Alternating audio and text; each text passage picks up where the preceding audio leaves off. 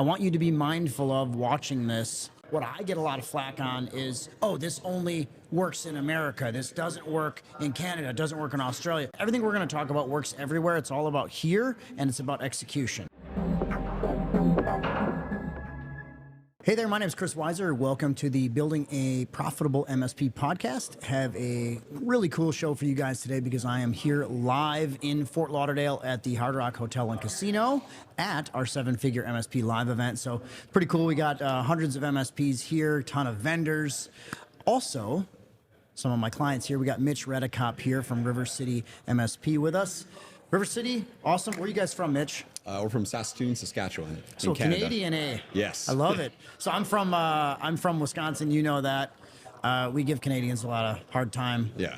That's Fair great. enough. At least it's cold in Wisconsin. It's cold in Canada too. Yeah. So Got that in common. okay. So tell us a little bit about your MSP. How long you've been in business? How big are you? Maybe how much MRR you have for you guys that are watching brand new. That's monthly recurring revenue. Yep. Give us that, Rich. Yeah. So we've been in business for about 8 years. We started as an access development company, and then we transitioned into the IT space. And about when COVID hit, we Did you say access development? Access company? development. Wow, that was our main thing that's first. Like old school, right? It's very, yeah. I love it. So our old owner, he used to be an Access MVP for Microsoft, and that's Okay. how we all started. But we merged with a different company, and then when COVID hit, we actually broke off. So whenever that was, we kind of restarted the whole IT thing, Great. and kind of worked through that year, which was hard. It was a tough year to restart a business. I mean, for sure, COVID Yeah. was a tough time, right? Clients were not wanting to move with us because they were like, I don't know what's going on. So we spent the first year back to like our break fix kind of style. And then that kind of the turn of the next year is when I started understanding what an MSP was. And I wanted to read more about it, learn more about it. And then we really took it to the next. So much more of a consulting shop initially, and then you migrated 100%. into B2B IT services effectively. Yeah, right? exactly, Okay. for sure. So that was a big part of it, and that's kind of when we. So really, I like to say we've been around for 3 years, I guess. Is Okay. Since How we much? started up. So back then you were effectively zero. Yeah. All project For revenue. sure. Yeah. Pretty much. 100%. Where do you? So we're now it's October, end of October 2023. Yeah. Where do you sit recurring revenue wise? So yeah, as of this year, we're at 63,000 MRR now. 63k MRR. That's Canadian, obviously. Yes, Canadian. Yeah. Which is pretty cool. Now, one of the things that I want you to be mindful of watching this. Everything that Mitch and I are going to talk about. What I get a lot of flack on is, oh, this only works in America. This doesn't work in Canada. It doesn't work in Australia. Everything we're going to talk about works everywhere. It's all about here, and it's about execution, right? So what kind of things would you say, first of all, how big is your market? Your Saskatoon, you said? Saskatoon, yeah. How big is that city, region? I think we're just pushing 300,000 people. So not this big, giant... No, not It's not huge. Vancouver or Toronto or these big megaplexes. Not at all. You got 300,000 basically range. You got 60k plus MRR in Canadian money again. How did you do this? Like, let's talk about this. Obviously, we're going to talk about 7-Figure MSP a little bit. But what things in your head made this possible? How did you go from 0-person shop to 60k? I know that's that's a big question, but it is, a couple tips maybe for our viewers. For sure. I mean, so other than first understanding what an MSP was, and I think that's the first step was understanding that the whole concept. I went through the tech tribe and all those kind of things, like just getting the general idea, like what is this, and then wanting to really elevate that more, get off that good, better, best model.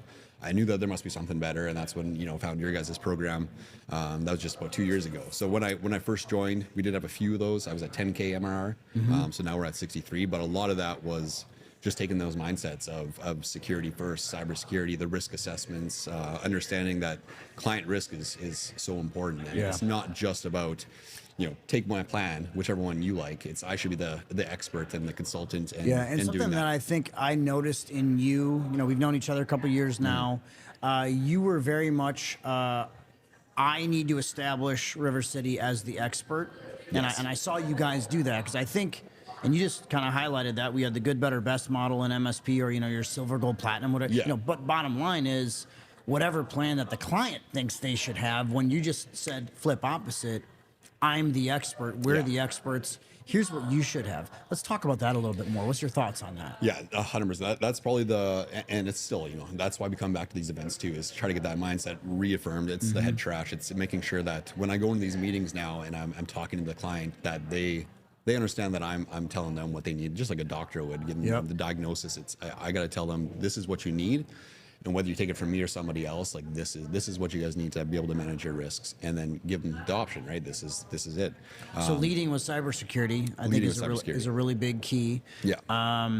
Now we're going to have, and I get a lot of like kickback from people. We're going to have people in Canada say, "Oh, you can't lead with cybersecurity in Canada, or we can't lead with cybersecurity in a small market." What's your take on that? It's been unreal. I mean, we have had hit or misses with some clients aren't into it, but even a 2-person financial firm in Prince Albert, Saskatchewan, that's like 20,000 people, 30,000 people, it's very small. 2-person financial firm, and they wanted the full package, like $500 a seat is what we sold them at. So and they get it. They got right? it. She was so excited. She's like, I've been waiting for someone to come by and like give us this kind of stuff, because she's a financial firm. She has tons of clients. She's like, I really need someone to secure my stuff, and that's number one to her. And it's when there's people like it's a mixed bag, right? There's either people that get it or don't get it. It's your job to try to educate them as best you can, but they still might not go for it. But I think a really important thing that I just heard is your job to educate them, not bend. Yeah. Not fold to what they want because you're desperate to get a deal. 100%. It's, here's my offering, here's what it is. I'm educating you as to the why. If I'm off base on this, feel free to chime in. But I'm educating you as to the why, and here's my you either take it or you don't. Yeah. And that's the big part of it. And that's where we started, right? Is when you don't have the MRR to begin with, you get a little bit greedy. You get a little bit like, I'll do whatever you want because I want this. But now we go in there with confidence, and it's like, this is it. Take it or leave it. Like, you guys need this. And we're confident in what we do. And I think that will translate in the meeting, and they'll see that. So I think, what I just heard a little bit there was we actually have a sales process now. We follow the sales process. And if anything deviates, we bring them back. And if they don't like it, too bad. Yeah. Okay, I really like that. I love that. Yeah. So I want to pivot a little bit here. We went from zero for Project Shop, 0 MRR. Yeah. To now 66,000. You said 63. Yeah. 63,000 MRR. What have you changed? How have you changed as an owner? Because you mentioned kind of earlier that you didn't know what MSP was. What was your role initially? We've never talked about this, so I'm very curious on this. I mean, so for the 8 years, and how I started was doing IT school, and the guy that started the company was my teacher. He quit 3 months in to start the business. So when I joined, I had a year of schooling. Then all of a sudden it was like learn access, and I was like, okay. And then it was learn websites. So you were basically a dev engineer kind of. Yeah, I kind of went through like all that kind of stuff. And then we did a little bit of IT. So my technical skills weren't always great, but I was the technical person when we were running the company, and it was just me. Like, he was kind of doing the sales. So now you've migrated from tech guy 100%. effectively Yeah. to, are you the main decision maker, owner? Yeah, owner, and that kind of thing. So I've passed that role on to. How much tech do you do now? Nothing. Do 0. This is for you guys that are like, oh, I have to be the tech, I have to be the engineer, or we'll never grow. Yeah. How do you deal with that? Like, how do you work with, I mean, I know we have to hire people. I know it's hard to hire people, but what's your approach? I really want to hear your take on that. Yeah, and maybe it's a mixed opinion on that one, but for me, I think the best thing I ever did was hiring my business partner, Eric, and he takes over the CTO role. He also helped me buy out the old owner, get a little bit of the stake in it. I'm still a majority owner. I make all the decisions, that kind of thing. But having him control all that kind of stuff, he takes over the tech side. He handles the techs. I do the sales and marketing, and just having that kind of thing, it allows me to come here and not even open my laptop for the week, and I know everything's fine. Well, you can focus on your business and running 100%. the business. Yeah. Because we see a lot of stuff, and I know you've been around 7-figure long enough that you've seen enough naysayers that are like, oh, I have to be the tech, I have to be in the trenches, I have to control all this. But I am very much of the belief that you have to run your business. You have to think about revenue. You have to think about cash flow. Do you feel that's been a proponent to you? Or, I understand you kind of moved out of the tech and you do have somebody to handle it, but where's your head at with that? Yeah, no, exactly. I think a lot of people maybe get lost in that too, is when they're handling the tech. They don't understand there's so much more you could be doing. Like, I'm still busy every single day, and I still feel like I need help. And imagine having tech on top of all that. But you're working on the business, not exactly. in the trenches, really, right? We're making plans. We're trying to get the pipeline moving. We're always making the sales calls and following up. You got to go visit your clients. You got to do like all these things. What you just said there is such a big factor. And for you guys, again, that are watching this, I want you to be very mindful of the fact that Mitch is talking about pipeline and cash flow and revenue, things that business owners, and again, I'm not saying that you're not a business owner, but you're focusing on things that are revenue generating activities versus constantly chasing and putting out fires. Yeah. So that's been a pretty big difference maker for you. 100%. Yeah. It's huge. And do you know what your per seat kind of average is now? Do you know what those numbers are at? Yeah, per seat average. I'm sure like most of our sales are in the 220 to 250 range. Okay, so you're doing 220 to 250, give or take, per endpoint. Yeah, per user at every client. Yeah. So do you feel that kind of profitability numbers, because you're definitely seeing some margins. We in seven-figure MSP, we actively talk about goaling towards an 80% gross profit margin. Yeah. So do you feel that's enabled you to hire staff and build your tech stack better, or what's your partner's approach on that whole thing too? Yeah, no, for sure. It really does give us that kind of cushion. Our cash flow is amazing now. You know, it's having those profit, even the profit first thing I think you just talked about with Mike McAllowitz, like that's one of the big things that we follow as well, the profit first methodology. Yeah. So it's definitely opens that up. It gives you a better sense of where your business is at, what kind of things you can invest in, like more techs and better training and different tools for the stack. So instead of like running this, like you're just constantly desperate for cash and constantly desperate for closes. Yeah. You can actually run it like a real business. 100%. And like everything I've learned in the program, even just from starting with the MSA and the statement of work and having things like pre-authorized payments on the first, like I know what's coming out on the first, what kind of cash I'm going to have for the rest of the month. And it's amazing, that is just such a difference between chasing money, right? It's I remember when I put in, I transitioned kind of from, I don't want to say I was a break fix MSP, but I was pretty similar to that, doing managed services out of the box. Now this goes back to 2004, 2005. Right. But I remember when I transitioned the mindset of everyone sending me a check towards everyone being on auto pay, ACH kind of, I just like that cash flow. Yeah. I mean, if you've ever had your bank account like bordering on, oh, I don't know if I can pay these numbers, like, and most of you probably know, like, I think every business owner has known that, but man, what a difference in feeling. It's 100%, way better. So from your standpoint, I want to kind of get towards wrapping up the episode here. From your standpoint, what kind of things should the average MSP be doing? A couple of things we covered. Anything we didn't cover that you think they should be doing to try and get themselves to that point?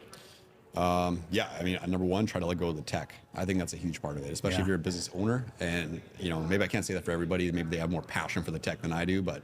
I still think in that case, somebody's got to be running the business, though. Someone does. Right? Yeah, I don't know that you can juggle both. It's hard. They got to make that decision for themselves, I suppose, what they want to do. But being able to let go of the tech, have someone else that you trust and take it over. I mean, it's got to run without you, and I think that's kind of the key, is do those little tests of like going away for 3 or 4 days and see how it handles, and keep extending it, better processes. Maybe and be willing to let go of some of that control. Right? Okay, so thing 100%. One is try and get yourself out of the tech. What else you got? Focus on, I think the cash flow, like I said, cash flow is king, right? It's the biggest part for me, making sure that you get those. I say this all the time, cash flow is absolutely king. Right? Yeah, don't chase leads either. Don't sell yourself short. Don't give in to what they want. Don't bend over backwards. You're the boss, right? Like you are the expert. You tell them what they need. Act like it. Act like it. Yeah. Act like the expert. Don't chase leads. Yeah. I like that. 100%. Okay, and let's hit a third one. What's your other thoughts here? What do we got here? It's cash flow, that kind of stuff. So pull out of the tech. Cash flow is king. Don't chase leads. Yeah. What else you got? Self-belief. I mean, just coming from Saskatchewan itself, and everyone's saying, you can't sell that kind of stuff in the prairies or small towns or anything like that. You can. It's honestly all about doing stuff like the risk assessment and showing them this stuff, right?